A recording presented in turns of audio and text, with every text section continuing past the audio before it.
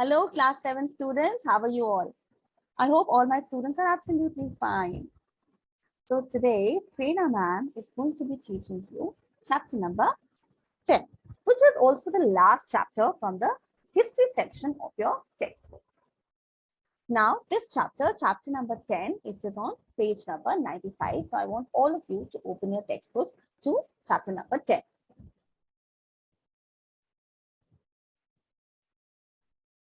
So page number 96, sorry, not page number 95. So page number 96, chapter number 10. What is the name of the chapter? The name of the chapter is Making of Composite Culture, Bhakti and Sufi Movement.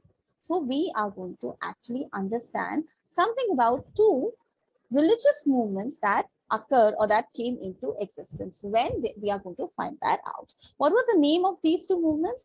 Bhakti and the Sufi movement. And what are the key topics in this chapter? So first is Bhakti and Sufi movements, its causes, significant features, and the role of saints. Then we're going to study about some very important saints of these movements like Kabir, Guru Nanak Dev, Shankar, and Chaneshwara. Then we're going to talk about two sects of the Bhakti movement, that is the Alvars and the Nayanars, and we're going to talk about Sufi saints and their teachings and the impact of their teachings on the society. So basically, when did this Bhakti movement and the Sufi movement, when did these come into existence? Let's find that out. So the Bhakti and the Sufi movements, both these started emerging in India in the medieval period. Bhakti movement, what was it aimed at? It was mainly aimed at reforming the Hindus. So when we talk about reforming, and similarly Sufi movement was to reform Islam. So basically when we talk about reforming something or someone, it basically means that probably there is some practice that is going on which might not be appropriate according to a few people. Might be. Okay. At the end of the day, it is someone's perception also. So, or maybe the existing practice. Another way of reforming is that we want to improvise or we want to enhance the existing practices. All right. So the two religions, whether it was Hinduism or whether it was Islam, or the two movements of Bhakti and Sufi, they aimed at reforming certain practices of these religions. So Bhakti movement for reforming certain practices in the Hindu religion and Sufi movement for reforming some practices in Islam. All right. And then there was something common between these two movements. What was that? That both whether it was the Bhakti movement or it was the Sufi movement, they were against the practice of religious rituals and the division of human beings in different classes. So something, a kind of ritual which tells you to divide people, to create any kind of divide, any form of divide, any kind of discrimination. So according to these two movements, religion would never ever, or a true religion would never ever support any kind of differentiation, any kind of discrimination, or any kind of segregation. So both these movements told or probably gave out the message that each one of us is equal.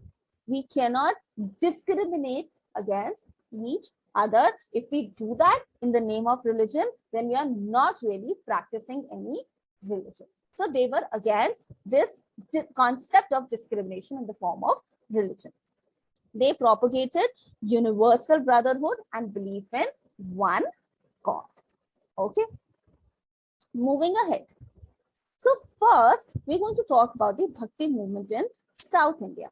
So first of all, Bhakti, it means complete love and devotion towards God, towards the ultimate power. That you love God so much and you have because of that love, you have so much of devotion towards God. And a bhakt. So from the word bhakti comes the word bhakt. So someone who's a devotee and who follows the path of bhakti for union with God or salvation. That is someone who wants to, probably be at a stage or probably become such a person who would only spread the message of love, kindness, and brotherhood. That is a true bhakt.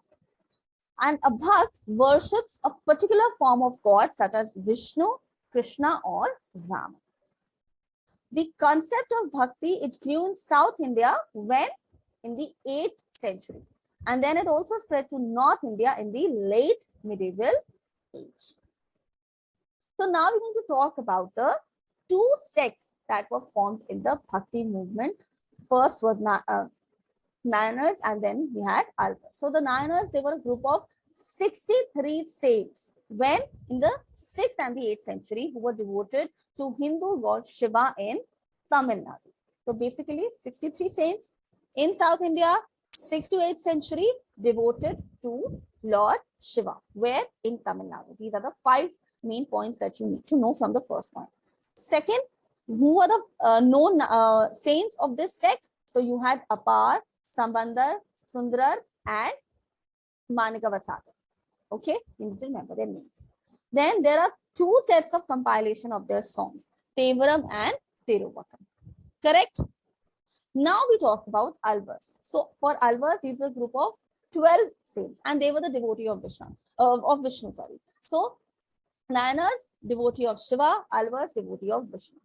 Correct? Alvars, who were the best known saints? Periyalar, his daughter Andal, then Tondra Dipodi, Alvar, and Namal Var. So, and what was their composition? It was compiled in an anthology known as Nalera Divya Prabandham, meaning 4,000 sacred compositions. And it has been compiled in its present form by Nathamuni during the 9th and 10th centuries. Okay, so Nayanars were 6th to 8th centuries, and we're talking about 9th to 10th centuries when their songs were combined or compiled. Correct? You need to know about these 2 sects of the Bhakti movement. This is also very important from the exam viewpoint. So this is about the Bhakti movement in South India, where the 2 sects were formed. Now, we are going to talk about Bhakti movement in North India. So we just studied that it started spreading in the late medieval age or around the 12th century. And its form was different from the Bhakti movement in South India. So the Bhakti movement in North India and in South India was not the same. There were some differences. What were these? So there was no division of Bhakti followers into Shaivas and Vaishnavas, right? Then North India, the Bhakti movement was centered on Lord Rama and Lord Krishna, both of whom are considered or said to be reincarnations of Lord Vishnu. So like in South, 2 sects were formed, Nayanars and Alvars. Here in North India, there was no such sect. All of them were devoted either to Lord Ram or to Lord Krishna, who were said to be the other form of Lord Vishnu. And they rejected performance of rituals, ceremonies, and sacrifices for union with God or for salvation. So sometimes in some religious practice, basically there was a sacrifice for an animal or maybe a human being also at times. So basically, the Bhakti movement in the North, it completely rejected this idea of any kind of sacrifice or, over the board ritual, religious rituals. They say that there's no need for all of these. In the period between the 14th and 17th centuries, the Bhakti movement in North and Central India, it was propagated by saints or sons like Ramananda, Kabir, Chaitanya Mahaprabhu, Mirabai, Guru Nanak, Tulsidas, Ravidas, Namdev, and Tukaram. So many saints in the North India, and we are going to talk about these, what were their ideas. Let's find that out from your textbook.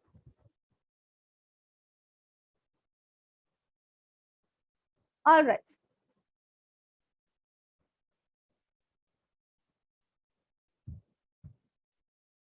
So this is about North India that we have just studied. Okay, now what were their ideas. So for the saints, all these saints, they preached among the masses the following ideas. First, there is only one God. So we know for both Bhakti and Sufi movement, irrespective of the region it was, there's only one God. This was a common teaching. And all are equal in the eyes of God. Second, there is no need to perform rituals and sacrifices and go on pilgrimages to reach God. One can come closer to God by selfless love and devotion, that is through Bhakti. Third, to reach God, one needs the help of a spiritual teacher or a guru. Then for a true Bhakt, purity of heart and mind is very essential. We cannot have a corrupt heart or a corrupt mind. So you have a corrupt heart of harming someone, a corrupt thought process of harming someone, and you are doing donations. It's not going to help. This was the idea of the Bhakti movement in North India. So moving ahead, all right. Then they said that all religions, they preach the same thing. That is the message of love, the message of unity, the message of being compassionate. So, sorry, because all religions, they teach the same thing. We should have respect, equal respect for all the religions. Now we're going to study about their saints. So the one of the prominent saints of the Bhakti movement was Sant Kabir. So he's counted among the most popular Bhakti saints, and he expressed his reformist views on religion in the form of simple but meaningful couplets called dohas. So we all have heard of the dohas of Kabir. And one doha which really impacted me when I was a student was काल करे सो आज कर, आज करे सो अब, पल में परले होएगी मूरी कर. कब? Meaning, whatever task is to be done right now, it should be done right now without procrastination, without delaying it for unnecessary reasons. And it really helped me as a student. And if I look at myself today in terms of my profession, I'm able to complete almost all my daily tasks very easily because I know what task is to be done. I finish it on time and I'm able to get a lot of appreciation also from people. Okay, so if you ever get a handbook of dohas or the couplets written by Saint Kabir, please read it, try to find out their meaning and try to apply at least few of these couplets in your life. I'm telling you, these are life transforming dohas that are going to help. And he was a strong proponent of the Hindu-Muslim unity. He really propagated this. He said that no one is different from each other, and he in a very positive, adamant way, very positive, adamant, understand this thing. He supported the idea of universal brotherhood, and he believed in the existence of only one God, that we've studied, and said Hindus call him Ishwar and the Muslims call him Allah. And Kabir, he condemned, he completely rejected this idea of idol worship, religious rituals, and the caste system. Why? Because caste system created differences in the society. And then he stressed on good conduct and good deeds to reach God, as it's clear from the following doha. Kabira jab hum paida hue, jag hasa hum roe. ऐसा करनी कर चलो हम हंसे जग रोए. What is the meaning of it? That when I was born, what happened? Everyone was happy, but I was crying, right? So when a new child is born, when a newborn baby comes, he's generally crying. But he says that in your lifetime, do such good deeds that when you leave this world, what's going to happen? You go happy. But people, they are crying in the sense that they miss you because you've been such a noble person. So he says that do not die the way you were born. In fact, it should be vice versa, that you go when you leave this world, you should be happy, you should be contented, there should be happiness within, correct? But people around you might cry or should cry in not like howling and everything, but kind of miss you because you've been such a noble person, you've done such good deeds. So like I just told you, these are life transforming dohas. Then we talk about Chaitanya Mahaprabhu. So this is one of the images of Chaitanya Mahaprabhu, which is in the temple of Mayapur in West Bengal. Correct? He lived in Bengal. He was a devotee of Lord Krishna. So therefore, if you even see his image, the decoration on the head is a lot like Lord Krishna. He gave up worldly life and became a sage at a young age, and his followers believed him to be the incarnation of Lord Vishnu and called him Mahaprabhu. That's why the title Mahaprabhu. He believed that the existence of God could be experienced only through devotional singing and dancing, and therefore he popularized and he supported this idea of devotional singing called Sankirtan. He differed from other Bhakti saints due to his belief in idol worship. So he did believe in idol worship and pilgrimages to holy places such as Gokul and Vrindavan. Then we talk about one of the prominent female saints called as Mirabai. So she was also a devotee of Lord Krishna. And she was a Rajput princess and married into a royal family of Mewar. And she wrote a number of devotional songs in praise of Lord Krishna. And what are these songs called as? They're called as bhajans. And after the death of her husband, Mirabai left Mewar and made Mathura her home. She spent most of her time dancing and singing in devotion of Lord Krishna and popularized Krishna Bhakti among the masses. Now we talk about Shankaracharya. We've heard of this saint as well. So in the 8th century, from the state of Kerala on the Malabar coast, rose a teacher who popularized devotion of Lord Shiva. Shankaracharya, he was a great Hindu philosopher and teacher of post-Gupta period, and he came from the Nambudri Brahmin family of Kaladi. So he was a preacher of Advaita, or the monotheistic philosophy of Vedanta, talking about only one God. And he wrote the commentaries on classical Upanishads, that is Mahabharata and Bhagavad Gita. And then he criticized useless Vedic rites. So like I talk about reforming a particular part of the religion. Anything which talks about division in the society, he did not accept these ideas and asked people only the Paramo Brahmo, or the supreme being. Then he was not only a great thinker, but also an able organizer, and he founded a number of monasteries in South India at Sringeri and Kanchi, and in the North India at Badrinath, Dwarka, and Kuta. He died at an early age and is respected by millions of Hindus across India, even abroad. Then we talk about Janeshwara or Dhaneshwara, also known as Ganesh. So the two names are of the same person. He was born in 1275 AD in a Brahmin family. And he was the first saint who preached Bhakti in Maharashtra. So not the first saint who preached Bhakti, but the first saint who preached Bhakti in Maharashtra. Okay, so understand this thing. He denounced the caste system again. He also did not support this concept of caste system, and he completely rejected this superficial supremacy of the Brahmins and talked about equality of all. And he worshipped Vithala or Vithoba, the incarnation of Lord Vishnu.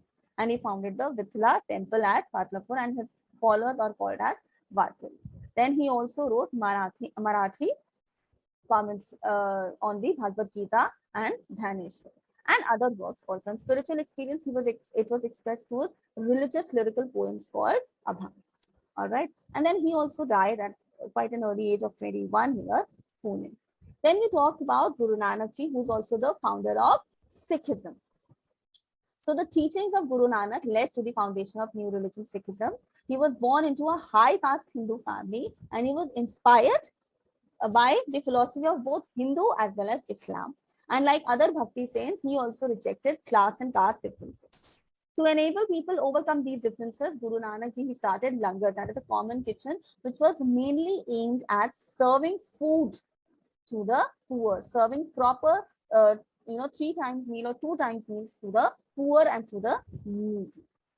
And of course, another important aspect of Langar was that people, irrespective of their caste or class, they had to sit together. And he believed that true spiritual fulfillment could only be gained under the guidance of a guru.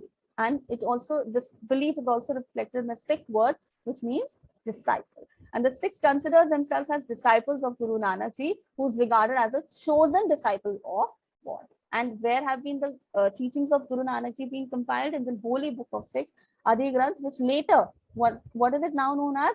Guru Granth Sahib. Okay, so this is about the Bhakti movement. Now we are going to talk about the Sufi movement. The Sufi movement, as we all know, it is the movement which aimed at reforming Islam, and it was started by Muslim mystics in Persia. They advocated living a life according to the teachings of Holy Quran. And these Sufi saints, they came to India in the 11th century, and here, when they came to India, they came in contact with the followers of various religions like Hinduism, Buddhism, Jainism, and they were really influenced by these religions as well. So they organized themselves into different orders called silsilas, and each silsila was named after its founder. Two silsila, that is the Chishti and the Surhavardi, became popular in India, and Sayyid Muhammad Muinuddin Chishti, he was the founder of the Chishti order, and his dargah, that is the place of worship, came to be known as Dargah Sharif, and it is in Ajmer, where both Hindus and Muslim devotees, they pay their respect. Then there were other saints of the Chishti order like Nizamuddin Aulia and Baba Farid, and Sheikh Suravadi founded the Suravadi order. So now we are going to talk about the teachings of the Sufi saints. So what were the teachings? First, God is one, similar to that of Bhakti Movement, and all human beings are his children. So everyone is to be treated equal. Again, the same teaching that everyone is equal in the eyes of Allah or in the eyes of God. Different religions propagate different paths to reach the same God. So the goal is the same. Probably we have different paths. So again, taking ideas or taking the same teaching from the Bhakti movement, that we should have equal respect for all the religions. Then one should not change one's religion to be, one need not change his or her religion to be a good human being. You can be a good human being in the religion that you're born into. It's just that you need to have a kind heart, a compassionate heart. Then one can reach God through true love, devotion. There is no need for over-the-board rituals, and people should lead a simple life and serve the poor and the needy. Then the guidance of peer or saint is essential. So like the Bhakti movement, the guidance of a guru is important. And of course, they also talked about devotional music and dance. And Amir Khusro is credited with fusing the Persian and Indian musical traditions to create Qawwali as a form of Sufi devotional song. So we studied about Qawwali in the previous chapters also. In your previous classes also, you would have studied that these Qawwali are generally conducted as talking about the ultimate path. So this is about the Bhakti and the Sufi movement. Now, what was the impact of these two movements? So first, both of them focused on religious reforms and then enabled to see people religion in the new light. So a lot of people, even those, some of those who had a conservative mindset about the class and caste differences, they started opposing such ideas. Then, of course, both of them talk about universal brotherhood. A positive outcome of this development was that the sultans became more tolerant to the religious belief of Hindus. Then, due to the impact of teachings of the Bhakti and Sufi saints, the Hindus and Muslims, they drew closer. So, Hindu-Muslim unity started, now it was being established and it was being strengthened. By preaching equality of man, these movements instilled a feeling of dignity in people. So, you know, like the caste system existed, so people who belong to the lower class, the Shudras, they were always very disrespected. So now even they started believing that yes, we are born equal. It's just that, you know, it's the human being only who has created these differences. God has not created any such differences. Then they spoke about meditation and devotional music songs. So basically encouraging people to have a calm mind and a peaceful conduct. And they also contributed to the development of regional languages such as Bengali, Gujarati, and Punjabi. As the Bhakti and Sufi saints preached in common languages, the masses, they were able to connect to them and understand the philosophy. Today, the teachings of the Bhakti and Sufi saints are as relevant as they were 8 centuries ago. God is one. We all are equal. There's no need for over-the-board religious rituals. All we need to do is have love and respect for each other. If followed in true spirit, these teachings will help create just a just and a happy society. Correct? So a small assignment that I'm going to give you is that you will try to not try. You will find out something about the dohas written by Kabir. Read a few of them, implement it. This is first part of the activity. Second, I want you to listen to a few devotional songs, either by Mahaprabhu or maybe by Mirabai or any of the other saints. And also listen to a Kavali, which is talking about the Almighty. Correct? So, and what else are you going to do? Read the chapter again, watch the video, and then answer the questions on your own, and of course, make notes. Till then, bye-bye, my dear students.